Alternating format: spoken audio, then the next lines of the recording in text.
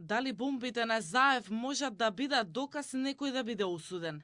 Страсбур повторно ја отвара дилемата за која се дебатира уште од првата судска присуда во Македонија.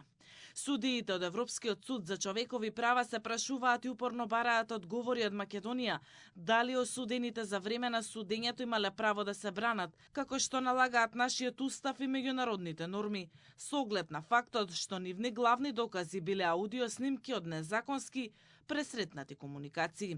Во второто барање до македонската влада од февруари годинава, во фокусот на Страсбур е предметот Труст, во кој бизнисменот Сеат Кочан беше осуден на 4 години и 8 месеци затвор. Тој се жалел дека никогаш не било направено експертско вештачење на прислушуваните материјали, а снимките биле под ексклузивна контрола на обвинителството.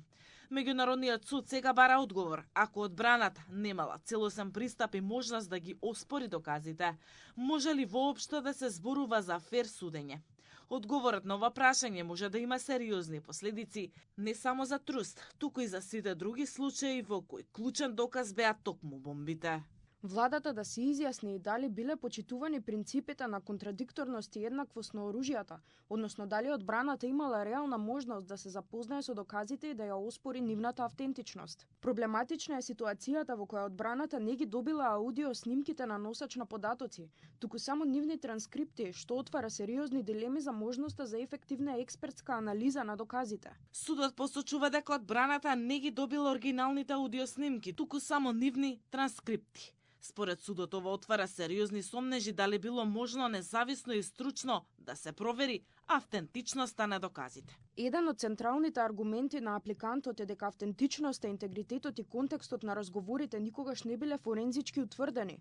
Во апликацијата се тврди дека не било спроведено експертско вештачење за идентификација на соговорниците, за потеклото на снимките и за нивната техничка исправност, што според одбраната остава простор за сомнеж во нивната доказна вредност.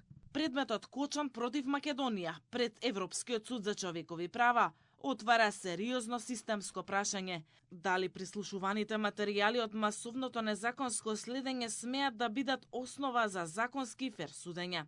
Со тоа што судот ја прифати апликацијата и директно ја прашува владата за фер судење, законитоста на доказите и еднаквоста на оружјата, јасно е дека темата ја третира како суштински правен проблем. Одлуката може да влијае и врз други предмети во кои бомбите беа клучен доказ, меѓу нив и Титаник. Ова не е прв сигнал од Страсбур. Лани во ноември судот испрати прашање до македонските власти и за случајот Тенк по жалбата на Гордана Јанкуловска.